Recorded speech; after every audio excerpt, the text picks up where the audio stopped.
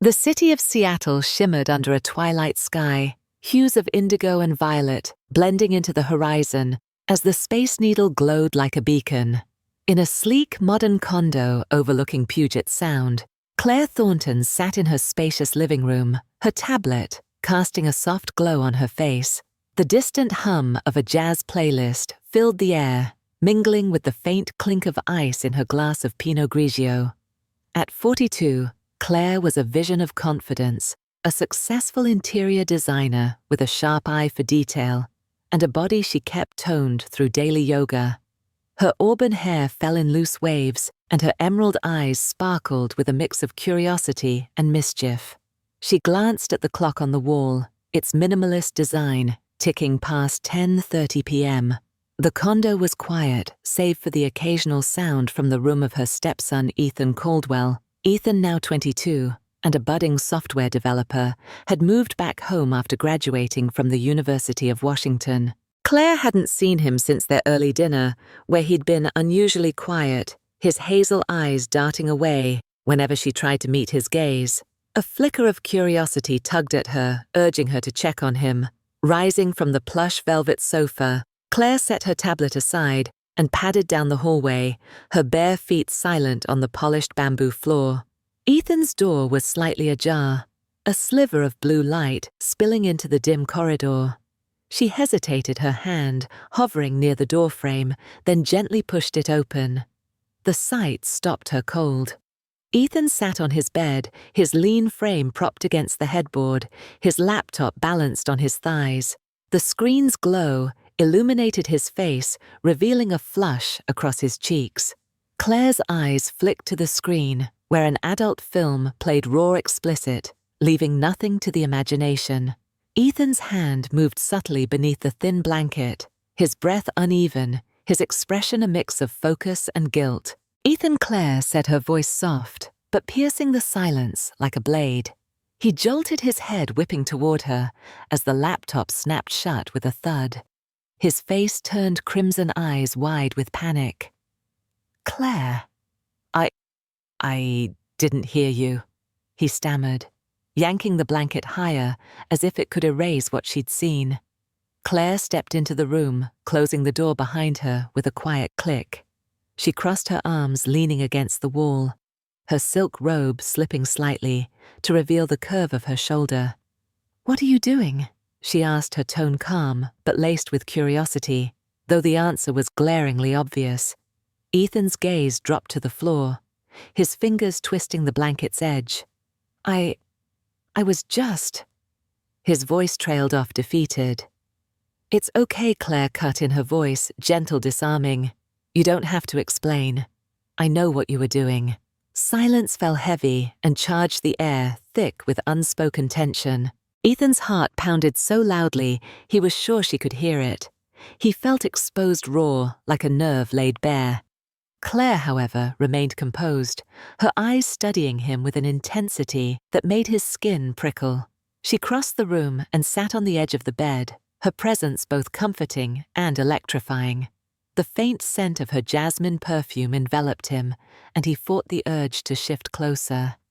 "Ethan," she said, her voice low, "do you want to talk about it?" He hesitated, his mind a whirlwind of shame and longing. He wanted to brush it off, to pretend this moment never happened, but her gaze held him captive. "I'm just nervous," he admitted, his voice barely audible. Nervous about what Claire prompted, her tone encouraging, her hand resting lightly on his knee. Ethan ran a hand through his dark hair, his breath shaky. "About Lily. We've been together for a few months, and she wants to take things further, but I don't know what I'm doing. I'm terrified I'll screw it up." Claire nodded, her expression softening. She squeezed his knee, her touch warm through the blanket. "That's normal, Ethan. Everyone feels that way at first. It's a big step, and it's okay to be unsure." He looked up at her, his eyes pleading. "But what if I'm awful at it? What if she's disappointed?" Claire's lips curved into a soft smile, her fingers lingering on his knee. "You're overthinking it. It's not about being perfect. It's about being present. Talk to her, listen to her, and don't rush." You'll find your rhythm. Ethan nodded, but doubt still clouded his eyes. I just wish I knew what to expect. I don't want to let her down. Claire's heart ached for him, his vulnerability tugging at something deep within her. She wanted to ease his fears, to give him the confidence he craved, but words felt insufficient. Standing, she smoothed her robe and met his gaze. You'll figure it out, she said, her voice firm yet tender.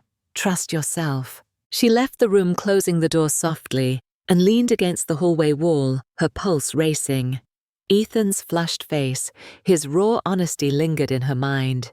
She wanted to help him, to guide him through his fears, but the line between support and something more dangerous blurred in her thoughts.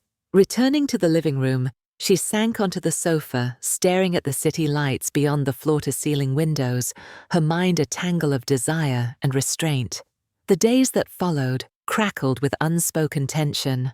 Ethan's confession hung between them, a silent current that charged every glance, every fleeting touch. Claire noticed his restlessness, the way he fidgeted at breakfast, his fork tapping against his plate, or how he'd linger in the kitchen, stealing glances when he thought she wasn't looking. His anxiety was palpable, and it stirred something primal in her, a need to protect and empower him. Claire had married Ethan's father Michael 6 years ago, when Ethan was a lanky 16-year-old, still finding his place in the world. Their bond had grown over time, a mix of maternal care and playful camaraderie. But now, faced with his insecurities, Claire felt a reckless urge to cross boundaries she'd never dared to breach. She wanted to be his guide, to show him the confidence he lacked, even if it meant stepping into forbidden territory. One evening, as she chopped vegetables in the kitchen, her mind drifted. Ethan sprawled on the living room couch, scrolling through his phone, his leg bouncing restlessly. Claire set down her knife, wiped her hands on a towel, and walked to the doorway. "Ethan," she said, her voice cutting through the quiet. He looked up, startled. "Yeah, you've been quiet lately." "Everything okay?" She leaned against the frame, her fitted blouse accentuating her curves. Ethan shrugged, avoiding her gaze. "I'm fine. Just thinking." She stepped closer, sitting beside him on the couch, her thigh brushing his. "Is this about Lily? About what we talked about?" He hesitated, then nodded. "Yeah, I can't stop worrying about it. It's driving me crazy." Claire placed a hand on his shoulder, her touch lingering. "You can't let it consume you, Ethan. You'll figure it out when the time comes." He looked at her, his eyes raw with uncertainty. "I wish I could be sure. I don't want to mess this up." Her heart twisted. Words weren't enough, she needed to act. That night, as she lay in bed, a bold plan took shape. It was risky, unconventional, and fraught with consequences, but it felt like the only way to truly help him. She'd start small, testing his reactions, building a bridge to something more. Over the next few days, Claire shifted her behavior, subtly but deliberately. She traded her usual loungewear for fitted dresses and silky blouses that hugged her figure. One morning, she wore a deep green wrap dress that clung to her hips, the neckline dipping just enough to draw the eye. She left the bathroom door ajar while showering the steam, carrying the scent of her lavender body wash into the hallway. Ethan, passing by, caught a glimpse of her silhouette through the frosted glass, his breath catching, before he hurried away. One evening, as they passed in the hallway, Claire wore a short black skirt and a sheer blouse, the outline of her lace bra faintly visible. Ethan's eyes flickered downward, his cheeks flushing as he mumbled an apology and sidestepped her. Later, she accidentally sent him a link to an adult film, claiming it was meant for a colleague. His phone buzzed while they sat in the living room, and she watched as he fumbled to close the app, his face burning. Each interaction left Ethan rattled, but undeniably intrigued. He found himself stealing glances at her toned legs, as she crossed them on the couch, the way her hair fell over one shoulder when she laughed. He didn't understand her sudden shift, but the effect was undeniable, stirring a heat he couldn't ignore. Claire observed him closely, noting every blush, every hesitant glance. Her plan was working slowly, dismantling the walls between them. By week's end, she knew it was time to escalate. Sitting at the dinner table watching Ethan poke at his salmon, his brow furrowed, she made her decision. She would guide him, teach him confidence and intimacy, ensure he faced Lily without fear. It was a line she couldn't uncross, but the thrill of it set her pulse racing. The next morning, Claire stood at her vanity, brushing her hair with deliberate strokes, her mind set on the day ahead. Today, she'd take the next step, a move that could either cement their bond or shatter it. She walked to the kitchen where Ethan sat with his coffee, scrolling through his phone. Her silk robe hung loosely, revealing a hint of cleavage as she leaned against the counter. "Morning," she said, her voice warm and teasing. "Morning," Ethan mumbled, his eyes flickering over her before darting away. "I've been craving Italian," Claire said, pouring herself coffee. "There's a new place downtown, La Dolce Vita. Everyone's raving about it. Why don't you join me tonight? A little dinner date." Ethan's head snapped up, his eyes wide. "A dinner date?" She shrugged as if it were the most natural thing. "We haven't hung out in a while. It'll be fun." 7 o'clock, okay?" He nodded, still dazed. "Okay." Claire smiled, setting her cup in the sink. "See you tonight." Upstairs, she exhaled, her heart pounding. The first step was done, he'd agreed. Now she needed to ensure the evening unfolded perfectly. That afternoon, she chose her outfit with care. A scarlet dress that hugged her curves, the hem ending mid-thigh, the neckline daring but elegant. She paired it with strappy heels and a delicate silver necklace, her makeup bold with smoky eyes and crimson lips. Her hair fell in soft curls, framing her face. Studying her reflection, she felt a surge of confidence. This was the night. Ethan waited in the living room, dressed in a fitted blazer and dark jeans, his nerves evident in his fidgeting hands. When Claire descended the stairs, his jaw dropped, his eyes tracing her figure. "You look incredible," he said, his voice hoarse. "Thank you," Claire replied, her smile sultry. "Let's go." The drive to La Dolce Vita was quiet, the air thick with anticipation.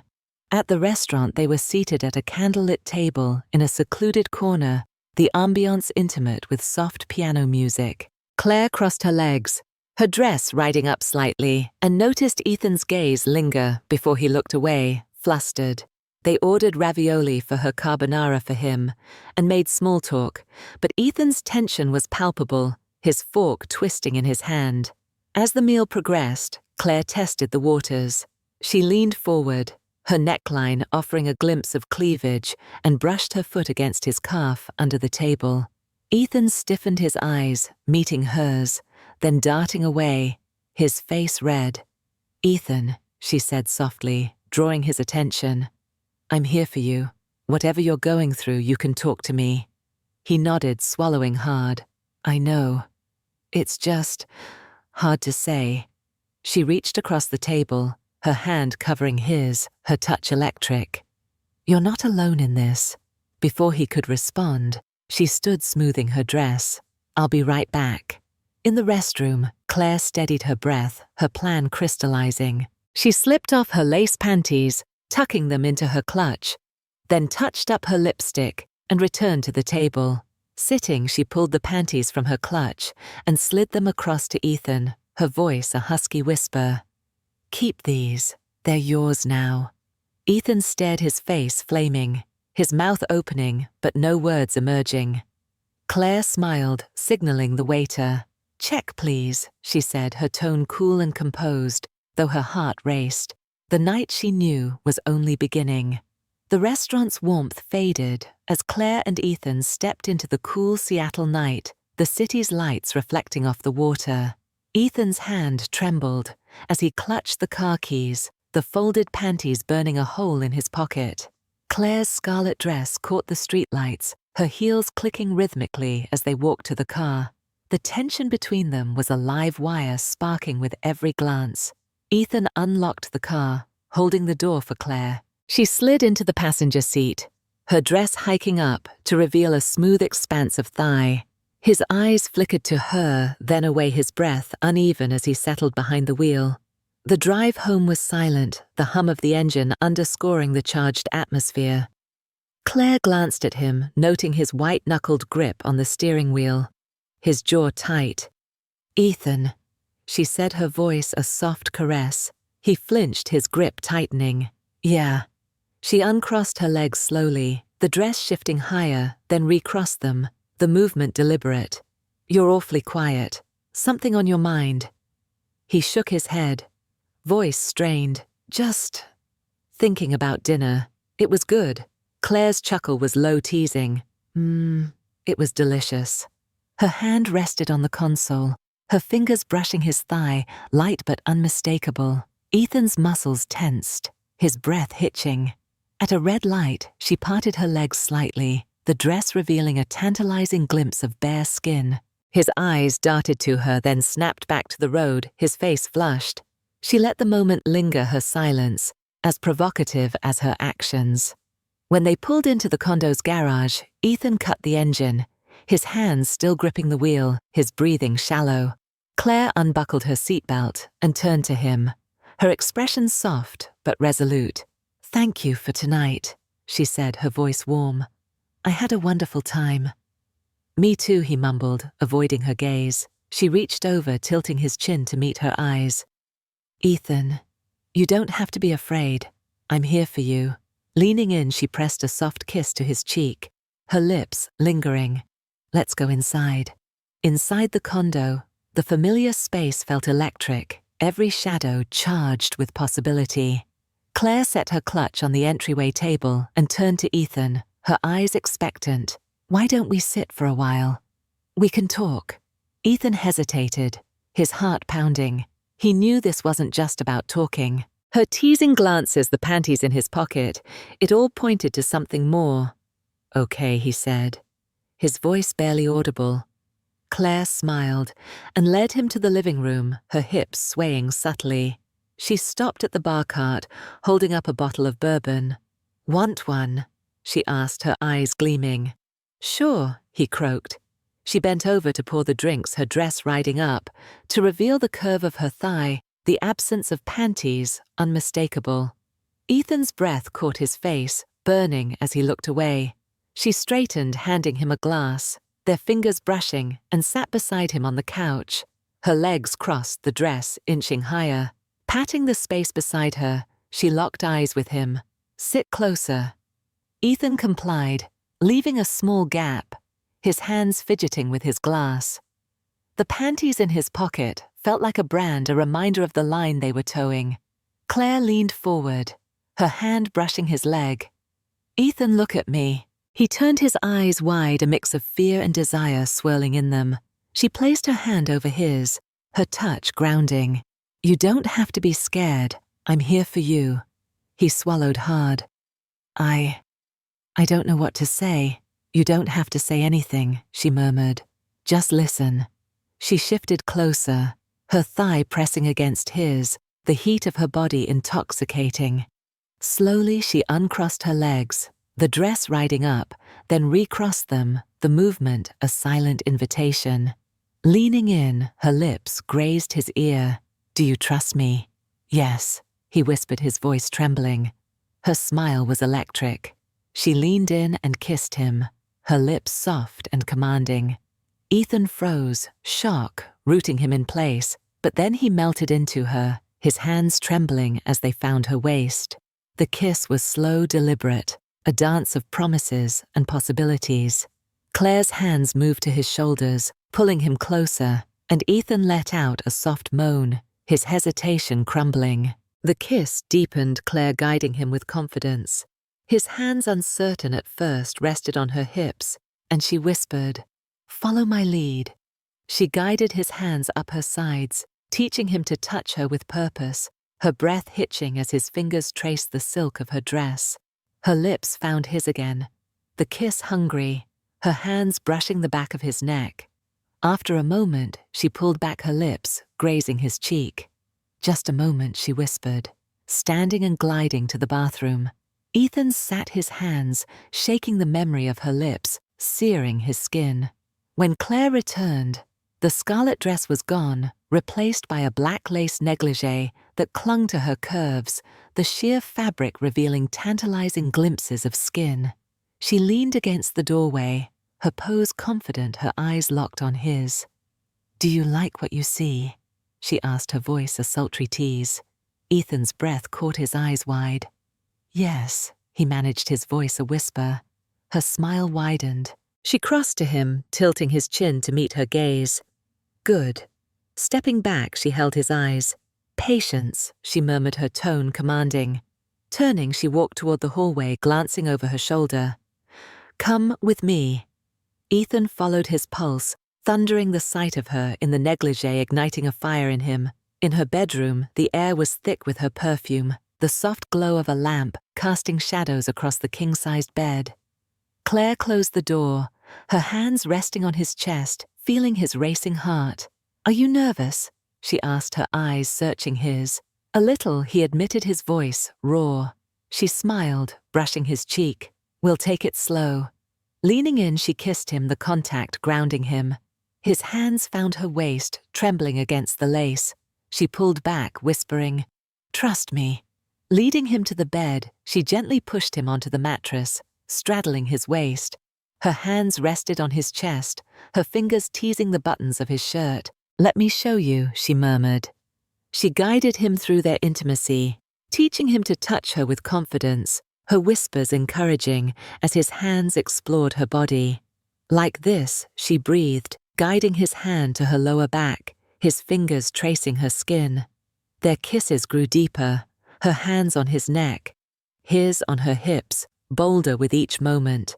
The night unfolded in a haze of sensation, soft touches, whispered guidance, and the slow build of passion. When it was over, they lay entwined, Claire's head on Ethan's chest, her fingers tracing patterns on his skin. "You were amazing," she whispered, her voice warm. "You taught me well," he replied, a smile in his voice. "Get some rest," she said, her tone soothing. They drifted off their bodies, close the night sealing their forbidden bond. Morning light filtered through the curtains, bathing Claire's bedroom in gold. Ethan woke to the scent of her perfume, her body curled against his, her breathing steady. His hand rested on her back, his mind grappling with the weight of their actions. Guilt tugged at him, Lily his father, but it mingled with a strange sense of liberation. Claire had given him confidence, a gift he couldn't deny. She stirred her eyes, meeting his with a sleepy smile. "Good morning," she said, her voice husky. "Morning," he replied, his tone soft. "You okay?" she asked, propping herself up, her hand on his chest. He hesitated. I don't know." She nodded, understanding. It's okay to feel conflicted. This was a big step. Just take it one day at a time. He nodded her words, easing his turmoil. She kissed him, tender and reassuring, then slipped from bed, tying a silk robe around her waist. "I'm starving." "Breakfast." "Sure," he said, taking her outstretched hand. In the kitchen, Claire whipped up pancakes and bacon, her movements fluid, her conversation light. Ethan relaxed, her ease infectious. Over breakfast, she met his gaze, her tone serious. "We need to talk." He nodded, bracing himself. She took his hand. "I don't regret last night, and I hope you don't either. But I know this is complicated with Lily, with everything. Take your time to figure it out. I don't regret it," he said quietly. "But I don't know what this means. I want you to be happy," she said, her thumb brushing his hand. "I'm here whatever you need. This is your journey, Ethan." They talked, the conversation flowing, the morning light softening the edges of their uncertainty. As they cleared the table, Claire smiled. "Whatever happens, we'll figure it out together." A new path, forged in truth. Across town, in a cozy Capitol Hill apartment, Vanessa Harper sipped coffee, her laptop open to her blog. At 38, she was a marketing consultant who'd rebuilt her life after betrayal. Her story mirrored Claire's in its emotional depth, though her journey was one of calculated retribution. Vanessa had been married to Daniel, a charismatic architect, for 12 years. Their life in Portland seemed idyllic until she found texts from a woman named Elise. "Last night was unforgettable," one read. Vanessa's world shattered, but she didn't crumble. She gathered evidence texts, receipts, photos of Daniel and Elise at a waterfront bistro. She moved her savings, secured an apartment, and confronted Elise, who was stunned to learn Daniel was married. When Daniel left for a work trip, Vanessa moved out, leaving only a text, "I know everything." His calls went unanswered, his pleas ignored. She exposed his lies to his firm, his friends, his family, letting the truth dismantle his facade. The house they shared was sold her share, funding her new life. Vanessa's blog, Rise from Ashes, chronicled her journey inspiring women to reclaim their power. One evening, Daniel emailed her apologizing. She didn't reply. Her closure was in her thriving agency, her voice reaching thousands. At a tech conference, she saw him diminished, regretful. "I'm sorry," he said. "I know," she replied, calm. "I've healed Daniel. I hope you do too." Vanessa's story, like Claire's, was one of transformation. Both women, through bold choices and quiet strength, rewrote their narratives, proving that true power lies not in revenge, but in rising above betrayal to claim a life unapologetically their own.